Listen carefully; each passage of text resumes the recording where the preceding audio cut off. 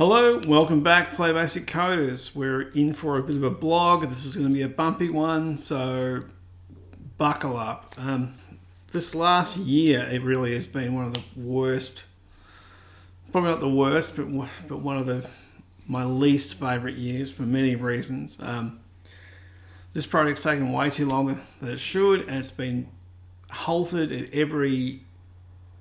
almost every time we try and do something else gets in the road of real life. This is the stuff that's happened in the last, 6 weeks.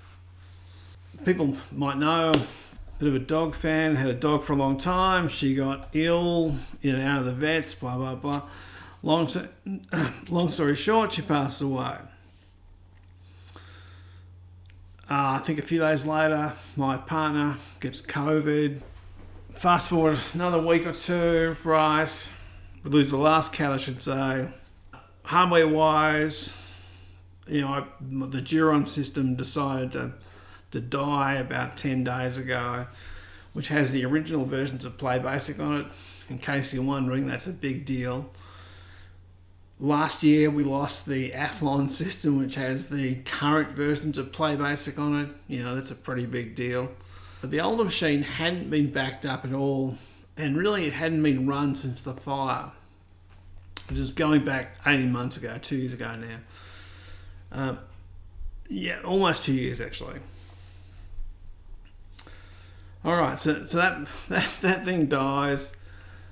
A bit of fun was coming up with, my birthday was recently, and then the day before my birthday, my partner's car gets stolen.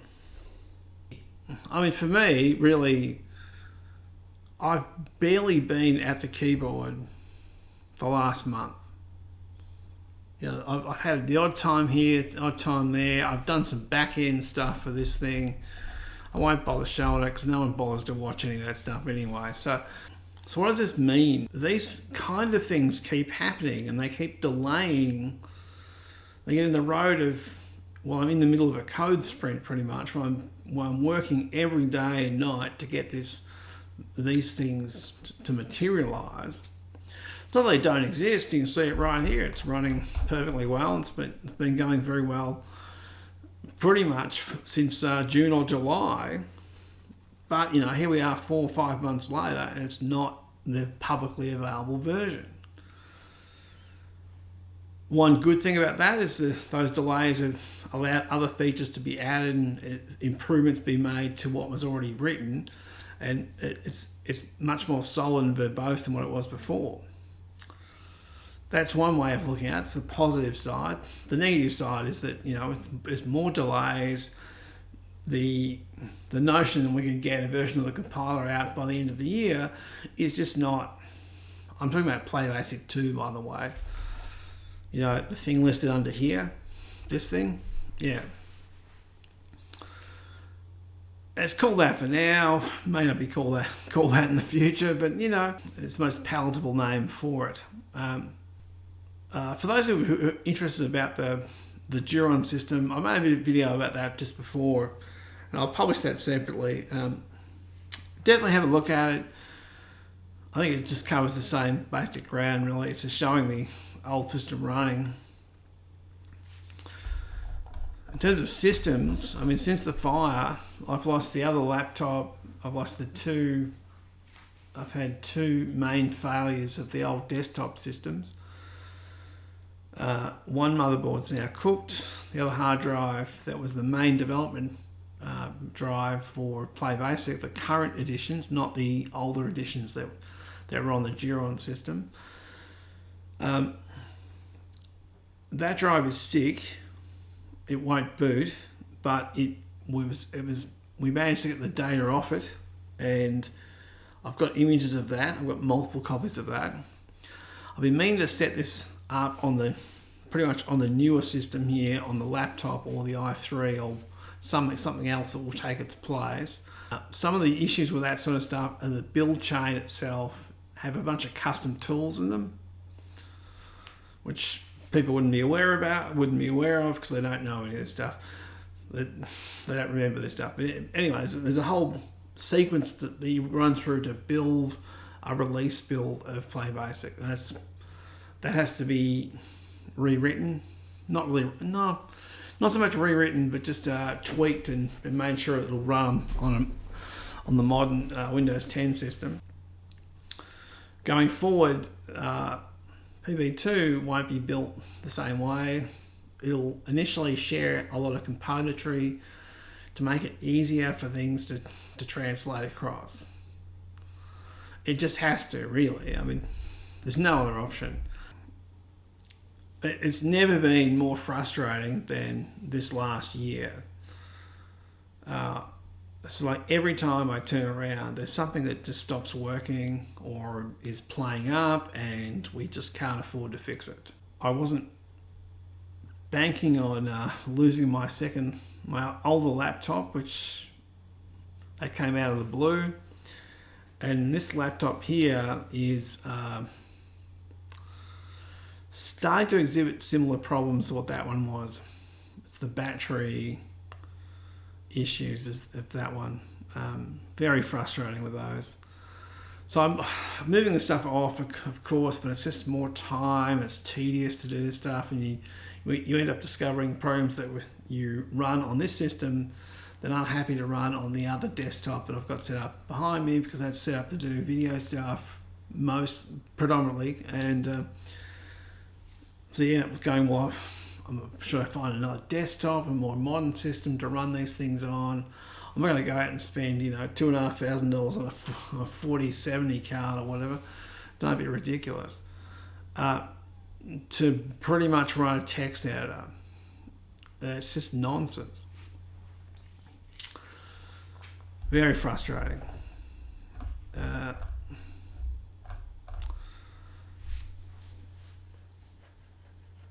I guess the best part about the website side of this thing is that the back end is pretty. I can't think of anything now that's not done and not tested and not functioning pretty well. There was some issues with some bugs in it, and some performance issues with some of the. Like, it was a log viewer tool that lets you have a look at, lets me have a look at the old log files and see what. You can sort of look at the pages and go, okay, what pages are doing the best? What things on the website are attracting attention, and what things are not, In terms of the user experience on the site, it's all much the same. I'm not sold about the thinner, narrow fixed width design. That will be going at some point. I cannot do that initially for a couple of reasons. That the text across all of the pages that are inside this had to be translated from the way they were formatted before to a way that can be viewed on this initially. There were some issues with things like set width components, and there still are some of those things tucked inside that data. But now the templating system can do the whole site, not just part of it. With one exception, the documentation, it can't do that. This stuff is just a classic built into your PB product, the rendered out HTML. You can use the scroll, the scale up and down, of course. Same as the website, of course. You can do all that stuff. That all works with the website. There's nothing special about that. Someone's talking about having themes, having a template that's separate from the data means we can have themes. I just can't do it yet. I think the things that have changed really would be the menu system here. I'm still missing some graphics around the place. You'll notice there's placeholders in places and things, and still some layout issues that need to be addressed, because we're looking at the gallery, but this really should just be the pictorial view page rather than the text view as it was in the previous version. What else is different? We've got the searching, of course, all those things there. More and more features will be locked off in terms of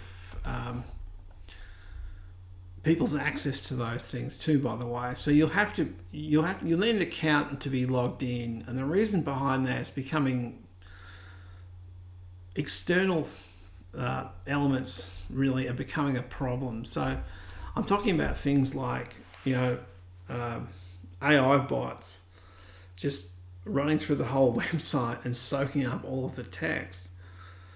Things like ChatGPT are doing this all the time. It's very frustrating. I think what makes it more frustrating is how terrible its understanding of PlayBASIC is. Like if you've gone through the help files that many times and you can't answer basic questions about it, then there's something fundamentally wrong with your language model, I would have thought. I thought that stuff would translate very well, because it knows coding from different languages. They just have to know the rules and you'd be off to the races, but that's not the case. I keep hearing a lot about how the world's going to be codeless soon, blah, blah, blah. That's just horseshit. Complete and utter garbage. I've been using GPT a fair bit, and toying with all of them pretty much. And I found that in terms of writing small bits of code, you can get to say, hey, convert this function or convert this bit of thing here, or you outline a problem with a basic data structure, and it will flesh out a version of the code for you. Yeah, why not? What's wrong with that? Do I think that's going to, replace large-scale development? I mean, no, not anytime soon. Anyway, even our simple website is hundreds of thousands of lines of code. So many small nuances that you have to take care of that you never really think about when you use something. Anyway, that's our situation for the moment. We've had frustration after frustration after frustration, and it's like every time I get a chance to sit down and do something, I'm interrupted by something else that's has to take precedence over this. When people say, why is it slowed down? Well, I just don't have the time I had before. What I hope would happen, I mean, honestly, we should have 1 million libraries these days. There should be have 1 million libraries written by people that do very particular things that other people can include in their project to solve that problem. Because that's how PB2 is going to be more focused on. It'll be more about, you want a library to do a certain thing, okay, you take up the challenge and write the library. We'll happily ship it with the product if you want, if you allow us to. Or you can do it, maintain it as your third-party project, which then creates competition for your version, someone else's version, because that's what's going to happen. There'll be people going, I want this thing to work like this, not like that. Which makes me reluctant to implement anything internal at all, because you just get conflicting views from people who either have not a clue how the first one works, welcome to my world, or conflating what it does, or just don't understand what they're even asking for. I mean, things like PB2 in terms of spec will add the things I talked about before. We'll add 64-bit variables. We'll add vectors and matrices into the command set. These will be just baked in. They'll be just things you can use. We'll be able to build a 64-bit version of it, which really makes no difference. But people like the idea of that. Okay, fair enough. In terms of actually being 64-bit, what this gives you is really just more access to more memory. You probably get faster internal function calling, because those functions, the way 32-bit OSs work is Windows OSs in particular, is we push the parameters to the stack, jump to the function, it pops those things off or reads those things off, and then we execute the function and then return. Which means that every time you call a function, you're hitting memory all the time.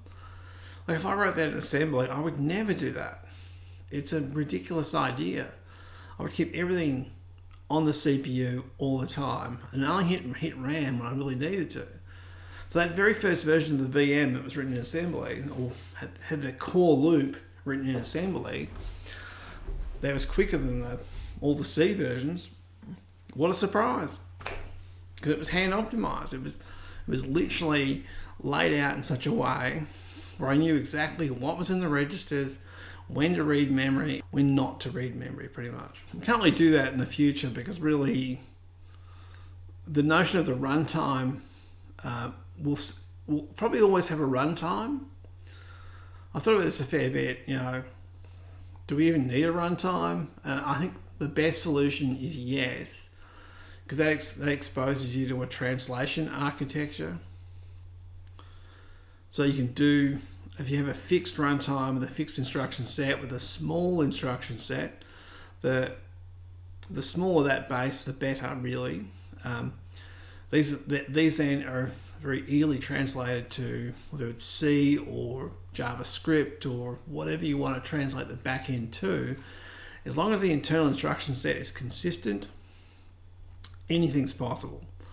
And because you can do a C output fairly easily, you can compile your own extensions and DLLs, include them back into the binary, etc., and you get that same performance without the headache of using those languages. That's the point of what this is morphing into. Will the syntax be the same? Mostly, I would say. It won't be in certain places. I mentioned this before anyway. There's definitely sections that I want to expand upon and old ideas that I'll probably actually get rid of. They're too rigid in how the old format worked. They work well for that generation of the compiler and that generation of the runtime. It was written 22 years ago or something, 21 years ago. So it's done better than what I expected. I expected it to last a couple of years, and we'd have to rewrite the whole thing from scratch, and that was what effects was going to be. Couldn't get anyone to test it. That's what makes me nervous about pushing on with effects. We're going to need a lot of community testing, and people aren't active, so they'll just sit on their hands until, hey, it's mature, but it won't become mature unless people test it early on, because then I won't bother with it. Like I won't bother building a product out of it. I'll just build my own environment and write my own apps with it, and off to the races we'll go. Beyond having a base, I can see what we need to do with the resource kind of side of that. If we have people sharing code, in particular solving common problems, we can build up a library of these things that people can pick and choose what they use with their own projects. They can drag the library in, have it pre-compiled out as a DLL on their end, and it's running basically as native as any command set I could write. In some cases, probably better. What do you do for an IDE? There's plenty of these IDEs around now that have this kind of transformer architecture, where people write extensions to those products that let the products understand certain types of styles of code, let it do code completion, not just syntax highlighting. The thing I've always thought about that I think should be in these products is you'd have to go back to as crass as this sounds, this kind of GUI designer construction kit or an old construction kit sort of tool where you got different forms. You can view different. You're importing media into the product, or importing maybe blocks of resources into the product, and it just works out where the things are. Solves a bunch of those dumb problems that people have with cross-platform, for example. Like case sensitivity is a real stupid issue across cross-platform. It should just be a non-issue, really. You just go, hey, load me this thing, and it goes and finds the file that's the best match of that thing. You're off to the races. I mean, who cares? That breaks so many things. Like, even with PHP here, I've got to be careful when I upload things to the server that running locally here on Windows, it's all fine because it's not case sensitive. But when I put it up on the server, ooh, like, damn, there's a typo in some file name. I mean, honestly, it's 2024. Who gives a crap about this stuff? I've got a big list of things that the PB2 spec is all about. And there's a bunch of these libraries that I wrote last year, and I wrote a few bits and pieces over this year here as well. My main goal is to make sure that it's as simple as possible, right? But as powerful as possible for this particular niche. If it's lean, fast, has good build times, has new features, modern flexibilities in terms of how data is managed in general, and is able to catch some things that we can't normally do and implement some features that aren't normally done, it'll stand in its own right. Anyway, let's get back to it. See how we go. Bye.